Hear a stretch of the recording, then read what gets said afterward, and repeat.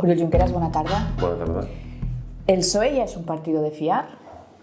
Yo creo que para una parte de la sociedad española sin duda sí, pero para buena parte de la sociedad española y en particular de la sociedad catalana, pues sin duda no. No lo es porque el PSOE tiene una larga tradición en el ámbito de la corrupción y afortunadamente Esquerra Republicana no. No lo es porque en aquellos ámbitos donde el Partido Socialista tiene responsabilidades en Cataluña, como por ejemplo en la gestión de cercanías, todo el mundo sabe que es una gestión catastrófica. Y el hecho de que la ministra de Transporte sea del Partido Socialista de Cataluña o que los responsables de Renfe también, muchos de ellos lo sean, no ha servido en ningún caso para mejorar esta catastrófica gestión que están haciendo del servicio de cercanías. Con lo cual, es normal que mucha gente en Cataluña piense que cuanto menos cosas gestione el Partido Socialista, mucho mejor.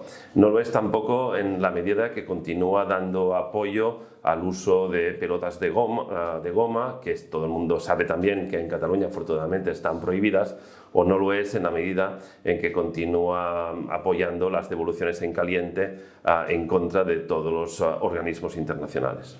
Pero ustedes les han ido a buscar.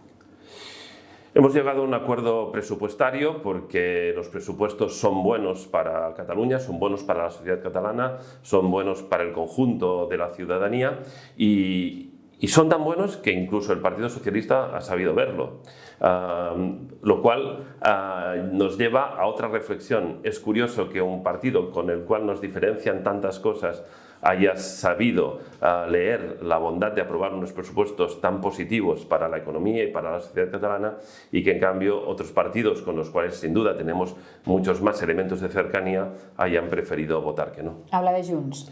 Por ejemplo, es inexplicable que un partido que ha tenido la oportunidad de participar en la negociación haya renunciado a participar en ella, que ha tenido la oportunidad de seguir en el gobierno, haya decidido irse del gobierno, que ha tenido la oportunidad de aprobar unos buenos presupuestos que incluso ellos mismos habían contribuido a elaborar y han decidido votar en contra de dichos presupuestos. Sería bueno que los partidos políticos no dimitan de su responsabilidad con la sociedad y con aquellos electores que les han votado. Se fueron después de que ustedes hubiesen echado al vicepresidente y miembro de Junts. Creo que está plenamente justificada la decisión que tomó el presidente de la Generalitat de Cataluña, puesto que cuando un partido político que forma parte de un gobierno sin previo aviso anuncia una moción de confianza en sede parlamentaria, creo que no tiene antecedentes en ninguna democracia occidental y sin duda ante acciones sin precedentes creo que alguna medida había que tomar y la que tomó el presidente de la Generalitat de Cataluña fue sin duda ponderada, acertada, correcta, positiva. Ese acuerdo de presupuestos que usted citaba con el PSC llega ahora después de que en campaña Esquerra Republicana hubiese suscrito un acuerdo con el resto de formaciones independentistas para vetar al PSC, para vetar al partido del señor Illa. ¿Considera que se equivocaron con ese veto? No. Nosotros estamos convencidos que nuestra principal apuesta es una apuesta para que la economía catalana, para que la sociedad catalana vayan bien, para tener una economía próspera y para tener una sociedad justa. Y estamos convencidos que para conseguirlo necesitamos todas las herramientas posibles. Cuantas más herramientas, mejor. Y sin duda las mejores herramientas posibles son las herramientas de un Estado. Es por esto también, no solo por esto, pero también por esto, que nosotros defendemos una república catalana, defendemos una república independiente, una república catalana independiente respecto al Reino de España. Y es por esta razón también que nuestra voluntad es llegar a acuerdos con el conjunto de las formaciones que están a favor de la independencia, de las formaciones republicanas, de las formaciones que están a favor del derecho a decidir y de todos los demócratas, entendiendo, claro está, que es muy difícil ser demócrata cuando niegas el derecho al voto a la ciudadanía. Por lo tanto, nuestra voluntad es entendernos sobre todo con aquellos con los que compartimos más aspectos. También es cierto que aprobar unos presupuestos tan buenos como los actuales es positivo para nuestro país y por lo tanto si en este caso Junts se niega a aprobarlos a pesar de que sean muy buenos, pues sin duda será bueno aprobarlos con otro partido político, en este caso con el Partido Socialista. ¿El Partido Socialista ahora ya lo ve comprometido con el fin de la represión, utilizando una expresión suya? Pues sin duda ha habido avances en la derogación del delito de sedición, avances que han sido costosos porque es fácil de imaginar que el Partido Socialista no quería derogar dicho delito, pero también es evidente que había mucha presión por parte de organismos internacionales, el Working Group de Detenciones Arbitrarias de Naciones Unidas, el Comité de Derechos Humanos de Naciones Unidas, la Asamblea Parlamentaria del Consejo de Europa, el mismo Consejo de Europa, y que por lo tanto era muy difícil para el gobierno español no tomar en consideración todas estas exigencias que le llegaban desde el ámbito internacional, y sin duda también supongo que le era difícil continuar manteniendo un modelo de represión que fue inaugurado por el Partido Popular y que no se sostiene en términos internacionales y en términos del espíritu general de las leyes. Me habla de la sedición, yo le hablo de la reforma de la malversación. ¿Se cambió el Código Penal para que los cargos que aún están pendientes de juicio por el 1 de octubre no entrasen en la cárcel? Es decir, ¿pretendía ser una amnistía encubierta? Creo que es mucho mejor plantearlo del siguiente modo. El Partido Popular hizo una reforma del Código Penal ad hoc, ad nominem, es decir, con nombres propios. Una reforma que incluía un concepto que no existe en ningún país occidental ni en ningún país democrático, que es la idea de la malversación por pensamiento. ¿A qué me refiero cuando hablo de la malversación pensada? Pues al hecho de que el ministro de Hacienda de aquella época, el señor Cristóbal Montoro, en pleno juicio y en 3 ocasiones, afirmó que no se había producido ningún gasto por parte del gobierno de Cataluña. Y a pesar de que el ministro de Hacienda dijo que no había habido ningún gasto, el tribunal consideró que por el hecho de haber pensado en la posibilidad de hacer un gasto era suficiente para establecer una condena. Pero los delitos por pensamiento han sido apartados de los códigos penales europeos desde el siglo XVIII, desde Cesare Beccaria en adelante. Es inexplicable que el Partido Popular aprobase una reforma de este tipo que va en contra del espíritu general de la ley, que va en contra de todos los códigos penales que existen en las democracias, y sería inexplicable que el Partido Socialista, que ya entonces votó contra la reforma del Partido Popular, porque era una reforma impresentable, no hubiese tomado alguna medida al respecto. Medida que desde nuestro punto de vista queda corta, pero que sin duda es mejor que lo que había hasta aquel momento. Pero la reforma del PP fue anterior al procés, para entendernos. Una reforma pensada explícitamente para perseguir a los demócratas que, en aplicación de un programa electoral que nunca nadie impugnó y que, interpretando las decisiones por mayoría absoluta de un parlamento, convocamos un referéndum que no forma parte ni formaba parte del Código Penal. Es más, que había sido excluido explícitamente por el Poder Legislativo del Código Penal. Y sin duda es inexplicable que si convocar y organizar un referéndum no es un delito porque no está en el Código Penal, seamos condenados por haber convocado y organizado un referéndum, porque es evidente que es contrario a la ley, es contrario al Código Penal y es contrario a cualquier principio democrático básico. Por lo tanto, sí se cambia pensando en estos cargos que están pendientes de juicio. No, se cambia precisamente para intentar aportar justicia allí donde dominaba claramente la injusticia, para intentar aportar justicia no solo desde nuestro punto de vista, sino también justicia desde el punto de vista de todos estos organismos internacionales que yo le acabo de mencionar, entre los cuales el Comité de Derechos Humanos de Naciones Unidas, que el verano pasado, en verano del 2022, le daba al gobierno español y al Estado español un plazo de 180 días para adaptar el marco legal, para adaptar el Código Penal y evitar que se produciesen situaciones tan injustas como las que se habían producido contra aquellos que hemos estado en la cárcel o contra aquellos que están en el exilio o contra aquellos que continuamos inhabilitados y que se nos impide hacer nuestro trabajo, por ejemplo, dar clases en la universidad. Por lo tanto, entiendo que aportar justicia donde hay injusticia, aportar justicia a partir de estos criterios establecidos por estos organismos internacionales, incluyendo unos plazos temporales muy claros y muy concretos, es obligación de cualquier gobierno que se pretenda mínimamente democrático. Vista la posición de la Fiscalía y la opinión de algunos juristas y jueces, ¿es posible que estos casos, estos cargos que están pendientes de juicio, en caso, llegado el caso de ser condenados, tengan una pena que no sea muy distinta a la que hubiesen recibido con el antiguo Código Penal? Lo cual, sin duda, es una contradicción manifiesta de la reforma del Código Penal, porque aplicar el Código Penal como si no se hubiese modificado, aplicar el Código Penal como si no hubiese sido sustancialmente modificado, será una prueba más de las muchas arbitrariedades con las cuales se ha actuado y en cualquier caso, facilitará también la defensa de nuestra causa justa, nuestra causa legítima, nuestra causa democrática ante los tribunales internacionales. No por casualidad, el Tribunal de Justicia de la Unión Europea estableció una doctrina que el mismo tribunal denominó doctrina Junqueras, donde establecía que un cargo electo lo era en el momento en que se proclamaban los resultados sin que se le pudiera exigir ninguna cuestión administrativa añadida, y que además decía que cómo se le podía negar el acceso al acta de diputado en el Parlamento Europeo al señor Oriol Junqueras, cuando el único motivo por el cual no podía acceder a dicha acta era porque el mismo tribunal le prohibía salir de la cárcel para recoger el acta.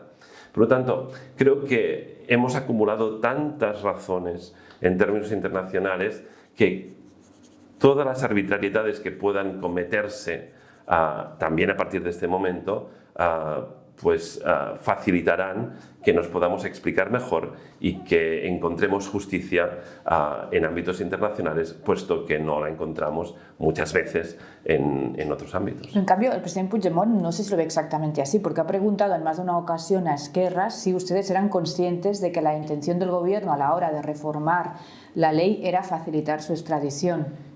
¿Qué le responde? Nosotros respetamos la opinión de todo el mundo, y en especial la del presidente Puigdemont, con la que nos une una relación de colaboración que es bien conocida por todos ustedes, y al mismo tiempo también es evidente que si el Tribunal Supremo hubiese querido promover dicha extradición por razones ahora existentes, también lo podía haber hecho antes, porque estas razones también existían antes, y que lo que nosotros hemos hecho es derogar o ayudar a derogar el delito de sedición, rebajar sustancialmente el delito de desórdenes públicos agravados, porque solo hace falta comparar el texto que existía con el texto existente para que quede claro que hay una reducción manifiesta, y también reducir de forma muy clara este abuso en la interpretación de la malversación, que, insisto, consiste fundamentalmente en acusar y condenar a alguien por un delito de pensamiento, por haber pensado en una malversación. Por lo tanto, hay una mejora sustancial en el Código Penal, una mejora en el sentido de preservar la justicia, de preservar el espíritu de la ley, de corresponderse con el espíritu del Poder Legislativo cuando apartó el referéndum del Código Penal, y de adaptarse también a todos los organismos internacionales que se han pronunciado al respecto, y por lo tanto en este sentido nosotros nos sentimos muy acompañados por dichos organismos internacionales. O sea, dice que se deja de perseguir la malversación por pensamiento. Nuestro objetivo era que se dejase de perseguir la malversación por pensamiento, y hemos intentado trabajar para que así sea. Es evidente que no siempre conseguimos todos los resultados que nosotros querríamos, por desgracia, para el conjunto de los demócratas. Por desgracia, para el conjunto de los demócratas. Pero es evidente que, a pesar de que no hemos conseguido todo lo que nosotros estamos convencidos que sería bueno para la democracia, es indudable que ha habido algunos avances relevantes. Y en cualquier caso, nuestras expectativas y nuestras esperanzas también descansan en las decisiones de dichos organismos internacionales, entre los cuales esperamos que también se sume el Tribunal Europeo de Derechos Humanos con sede en Estrasburgo. Según la última encuesta del CEO, del Centro de Estudios de Opinión de la Generalitat, la segunda opción preferida para los votantes del PSC es Esquerra, y lo mismo les pasa a ellos. Esquerra es la segunda opción para los electores socialistas. ¿La conclusión es que no son tan distintos? Pues sin duda, en algunos aspectos no lo seremos, en algunos aspectos de las políticas típicas de las socialdemocracias europeas, pero también es cierto que hay muchos elementos que nos distancian, como los que les he mencionado antes. Es decir, desgraciadamente, el Partido Socialista continúa siendo un partido en el cual ha habido muchos casos de corrupción. Desgraciadamente, el Partido Socialista, cuando tiene la opción de gestionar cercanías, lo gestiona muy mal. Desgraciadamente, el Partido Socialista, cuando tiene la opción de avanzar en términos democráticos respecto a la derogación de la ley Mordaza aprobada por el PP, se queda muy corto. El Partido Socialista continúa avalando el uso de pelotas de goma que deberían estar prohibidas porque pueden provocar daños irreversibles en los ciudadanos. El Partido Socialista continúa apoyando o practicando devoluciones en caliente de inmigrantes y, por lo tanto, continúa muy lejos de muchos de nuestros objetivos y de muchas de nuestras voluntades. Y, sin duda, una de ellas, una más, una que para nosotros es muy importante, es que el Partido Socialista continúa estando en contra que sean los ciudadanos aquellos que con sus votos decidan sobre el futuro de nuestra sociedad. Pero votan. Sí, pero este año va a haber municipales, autonómicas en algunas comunidades y generales. Solo faltaría que, además de oponerse a que la ciudadanía pueda votar sobre el destino, sobre el futuro de nuestro país, además se oponiesen a cualquier otro tipo de elecciones. Solo faltaría. Por lo tanto, no creo que ningún demócrata deba agradecerle a otro que no se oponga a que existan elecciones libres. Otro sondeo, el del Instituto de Ciencias Políticas y Sociales, que está adscrito a la Autónoma de Barcelona, situaba... Antes de que me haga la pregunta, déjeme decirle que el mejor de los sondeos es el voto de los ciudadanos. Y ahora usted complete la pregunta. Decía que el apoyo al independentismo lo situaba en un 39%, que es el porcentaje más bajo de la última década. Pues imagínese usted qué oportunidad está perdiendo el gobierno español cuando no convoca un referéndum sobre la autodeterminación de Cataluña, porque con estos datos podría convocarlo con toda la tranquilidad del mundo porque supuestamente lo ganaría. Por lo tanto, le animamos a que convoque dicho referéndum. Viendo, por ejemplo, que uno de los referentes era Escocia y ahora parece que tampoco lo tiene muy fácil para poder convocar un nuevo referéndum, que la ley de claridad a la que apela Esquerra, lo que ha conseguido en Canadá es que no se vuelva a votar en un referéndum, ¿se les están quedando sin referentes para apelar al independentismo catalán? Aprecio mucho su esfuerzo para privarnos de referentes, pero afortunadamente... yo pregunto, yo no le privo de ningún referente, solo faltaría. Pero afortunadamente los referentes son muchos y el más importante de los referentes es la democracia y afortunadamente para muchos países del mundo occidental hay muchos precedentes en los cuales precisamente a través del voto han nacido nuevos estados, como por ejemplo Noruega respecto a Suecia, Islandia respecto a Dinamarca, Irlanda respecto al Reino Unido, y estoy convencido de que estos precedentes son del gusto de cualquier demócrata de cualquier lugar del mundo. Los abucheos que ha recibido en algunas ocasiones, la última durante la protesta por la cumbre hispano-francesa, usted los enmarca en la libertad de expresión. Pero hay quien considera que es también una muestra de cómo una parte del independentismo se asemeja mucho a lo que hemos resumido entre todos como el trumpismo. En primer lugar, que yo creo que quiero dejar claro que me parece muy bien que la ciudadanía abuchee a quien crea oportuno y en especial que me abucheen a mí. Si quieren abuchear a alguien, no hay ningún inconveniente en que sea yo. Solo faltaría. Y si en lugar de abuchear quieren expresar su opinión en otros términos, también me parece muy oportuno. Después me gustaría recordar que creo que las imágenes demostraban que eran muchos más los periodistas que no los silbadores o no los abucheadores.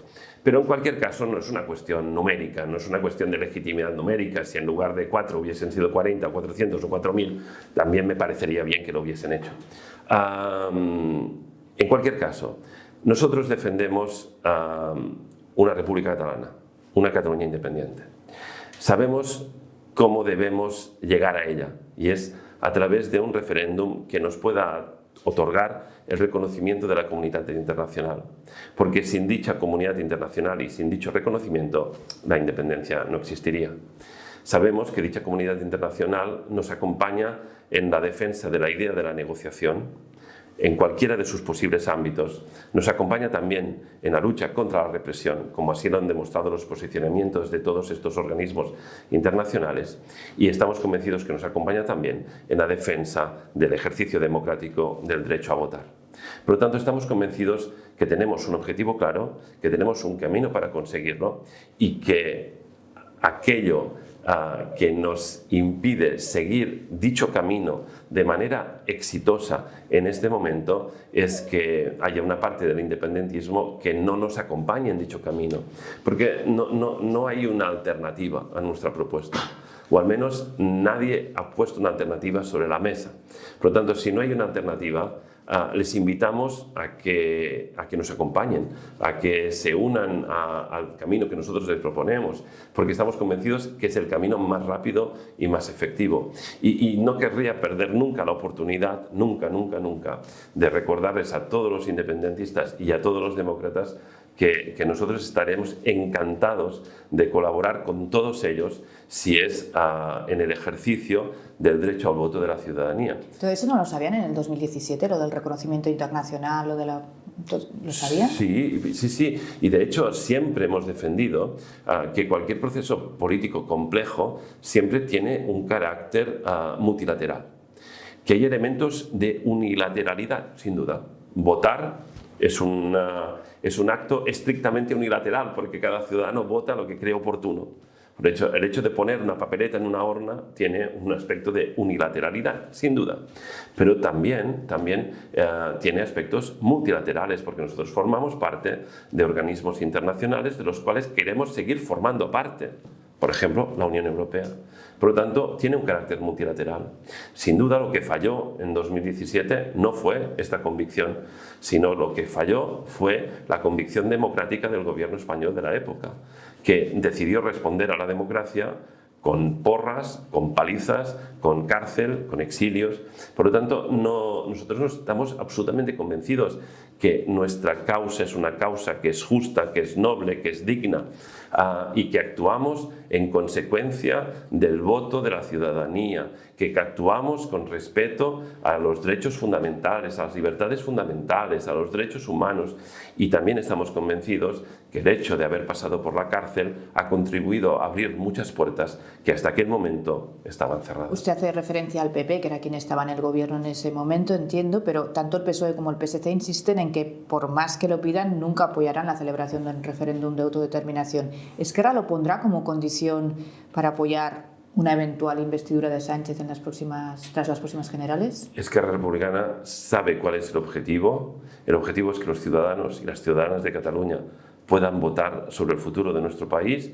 Lo defenderemos siempre, lo defenderemos en todas las ocasiones, lo defenderemos en las cumbres internacionales que se celebren donde tengamos presencia, lo defenderemos en las manifestaciones en la calle, lo defenderemos en los parlamentos, en todos los parlamentos y en todas las cámaras legislativas posibles, y al mismo tiempo también somos conscientes que para que este instrumento tenga el resultado que nosotros esperamos, necesitamos mayorías amplias.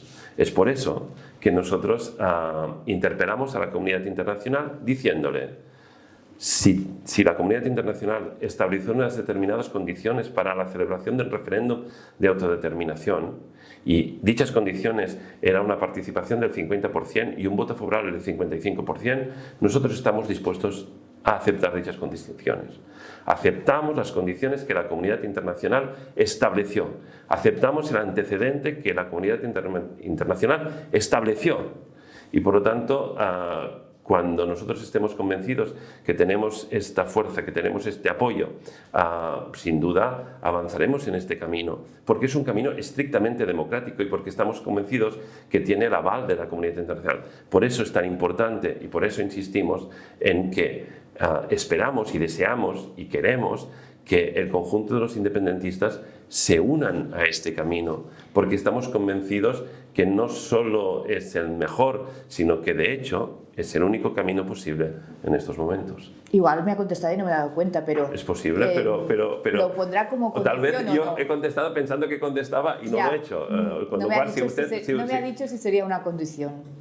Nosotros siempre defenderemos nuestra posición y la defenderemos en función de la fuerza democrática que nos acompañe. Y si en ese momento la alternativa es que gobierne Feijóo, que puede pasar, ¿ustedes estarían dispuestos a aflojar en estos planteamientos para evitar que el líder del PP, por ejemplo, fuese presidente del gobierno? Nosotros estamos siempre a favor de la democracia y, por lo tanto, si hay algún partido político, el que sea, en este caso, por ejemplo, el PSOE, que está a favor de la democracia, pues coincidiremos, y si decide no estarlo, pues no podremos coincidir. Cuando Esquerra Republicana contribuyó en aquella moción de censura respecto al señor Mariano Rajoy, lo hizo con convicción democrática. Y cuando Esquerra Republicana decidió no votar una propuesta presupuestaria del nuevo gobierno de aquella época, presidido por el señor Pedro Sánchez, lo hizo con profunda convicción democrática. Y cuando el gobierno español decidió convocar elecciones anticipadas fruto del fracaso de sus presupuestos y después de aquellas elecciones fue incapaz de formar un gobierno, la actuación de Esquerra Republicana fue con convicción democrática. Y cuando después de repetir aquellas elecciones en 2019, primero en abril y luego en noviembre, finalmente el Partido Socialista entendió que no podía imponer su voluntad unilateralmente al resto de las formaciones políticas del Congreso de los Diputados y decidió aceptar formar un gobierno de coalición, en este caso con Unidas Podemos, y entendió que debía negociar con otras fuerzas democráticas, como el caso de Esquerra Republicana, el establecimiento de una mesa de negociación entre el gobierno español y el gobierno catalán por primera vez en la historia, también Esquerra Republicana actuó con convicción. Por lo tanto, si aquellos que estén dispuestos a actuar con convicción democrática siempre nos encontrarán a su lado, pero si dicha convicción les fallase, les faltase, fuese insuficiente, no podrán contar con nuestro apoyo. Como me ha puesto muchos ejemplos, le pongo yo otro. Cuando un año después de la entrada en vigor de la reforma laboral hay 515.000 empleados más y 435.000 parados menos, ¿no cree que igual se equivocaron al no apoyar la reforma? Pues sin duda no lo creo. Y igual que aprecio en enorme medida los ejemplos numéricos que usted pone sobre la mesa, déjeme que yo también ponga alguno. El incremento de los despidos tras periodo de prueba ha incrementado en un 600%. También es un dato interesante. Y recientemente, como en tantas otras ocasiones, he tenido la ocasión de visitar a muchos trabajadores y trabajadoras que están en huelga en defensa de sus derechos laborales en muchas empresas de nuestro país. Por ejemplo, en la planta de Amazon en Martorelles, 800 personas que serán despedidas por una empresa que tiene unos beneficios muy relevantes, muy relevantes. Si la reforma laboral hubiese contenido, por ejemplo, el permiso administrativo previo al cierre, esta situación no se estaría produciendo. Y por lo tanto, estamos absolutamente convencidos que aquello que nosotros proponíamos, en términos de que exista un permiso administrativo previo, como ya había existido, o en términos de reforzar la inspección de trabajo para que pudiese cumplir funciones similares a la del permiso administrativo previo, eran propuestas perfectamente legítimas, perfectamente razonables, perfectamente justas y que hubiesen sido sin duda un elemento muy positivo para la economía y muy positivo para la defensa de los derechos de los trabajadores. Lástima que el gobierno español no supo verlo o no quiso verlo. Incluso sin esas propuestas que usted, que Esquerra defendía y que el gobierno y que defiende con entusiasmo y que se han demostrado muy acertadas. ¿Los trabajadores hoy están peor que antes de esta reforma? Pues en algunos aspectos continúan estando muy mal y mucho peor de lo que estaban antes de las reformas que fueron aprobadas no solo por el PP, sino también por el PSOE.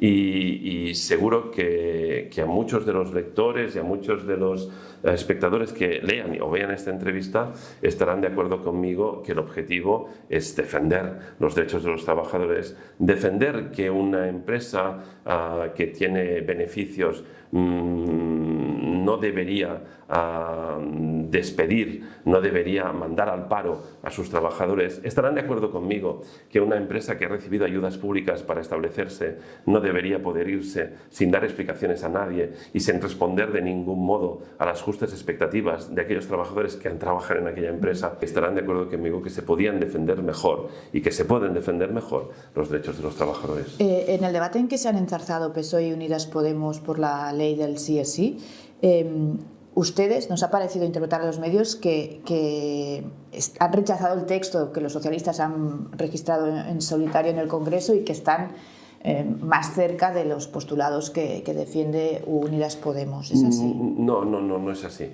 No es así por una razón muy simple y muy importante, porque nosotros no estamos más a favor de un partido que de otro, ni aprobamos unos presupuestos a favor de un partido y no de otro, sino que nosotros aprobamos sus presupuestos o estamos a favor de una ley en la medida en que son buenos para la ciudadanía. Por lo tanto, nosotros de quien estamos cerca es de la sociedad, de quien estamos cerca es de las mujeres, de quien estamos cerca es de la defensa de los derechos de las mujeres, de defender que sin consentimiento explícito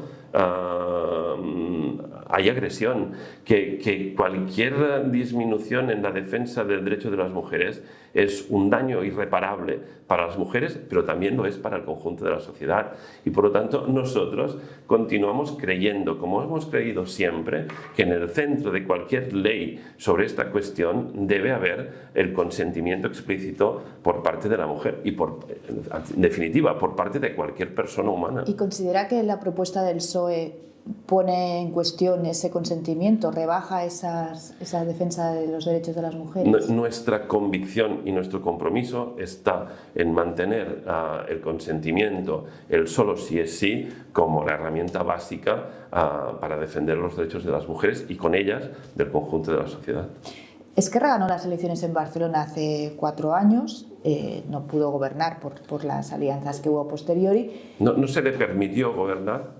Hubo una alianza de fuerzas políticas muy diversas, alguna de las cuales encabezadas por el líder de Ciudadanos en aquella época. Señor Manuel Valls. Sí, el señor Manuel Valls, conocido entre otras cosas por su política contra las minorías en Francia, por su persecución contra la etnia gitana, por su persecución contra los inmigrantes y por lo tanto sí, hubo un acuerdo para impedir que Ernest Maragall y Esquerra Republicana ocupasen la alcaldía de la ciudad de Barcelona. Sí, sí. Voy a la pregunta. Pero lo hemos visto en muchas otras ocasiones, lo vemos cuando el Partido Socialista y Junts no dudan en pactar en la Diputación de Barcelona o en innumerables consejos comarcales. Por lo tanto, estamos acostumbrados a que otras fuerzas políticas hagan lo posible, lo imposible y lo que está más allá de lo racional para intentar impedir que Esquerra Republicana dé el mejor servicio posible a la sociedad. Ahora el señor Illa, si estuviese aquí, a lo mejor le recordaría que ganó en las elecciones y está gobernando Esquerra. Quiero decir que los regímenes parlamentarios y las alianzas no solo afectan a su partido. Con una diferencia creo que es muy notable, que es que el acuerdo que condujo a la elección del presidente Pere Aragonès fue un acuerdo entre fuerzas políticas que compartían unos valores muy claros y unos objetivos muy claros, que son la independencia de Cataluña, que son la República Catalana, etcétera, etcétera, mientras que el acuerdo que impidió que Esquerra Republicana obtuviese la alcaldía de Barcelona Barcelona fue un acuerdo con formaciones políticas que defienden posiciones muy alejadas de los valores democráticos que todos deberíamos defender. Le voy a hacer la pregunta de Barcelona, pero ¿comparten estos anhelos o este programa, decía, ¿no?, las fuerzas, en este caso, que dieron apoyo al presidente Aragonés para ser investido, pero son incapaces de gobernar juntos, por lo que se ha visto? Bueno, ciertamente nosotros lamentamos profundamente que Junts optase por irse del gobierno. Hicimos lo posible, lo imposible y lo que está más allá de lo imposible para que no se fuesen del gobierno.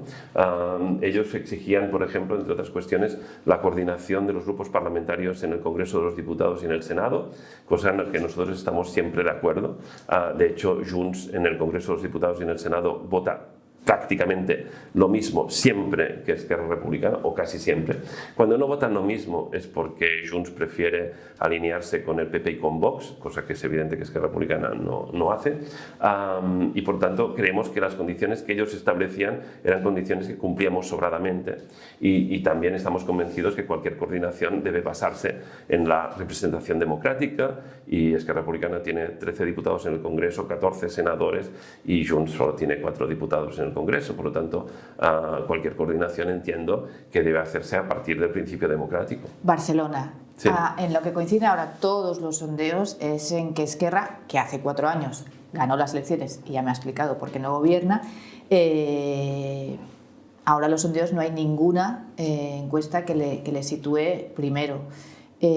¿A qué atribuye este descenso de Esquerra en la capital? ¿Se refiere usted, además de la mala intención que puedan tener algunos medios de comunicación para intentar que así parezca? No entiendo. Bueno, los medios lo que publican son encuestas de empresas demoscópicas. En todo caso...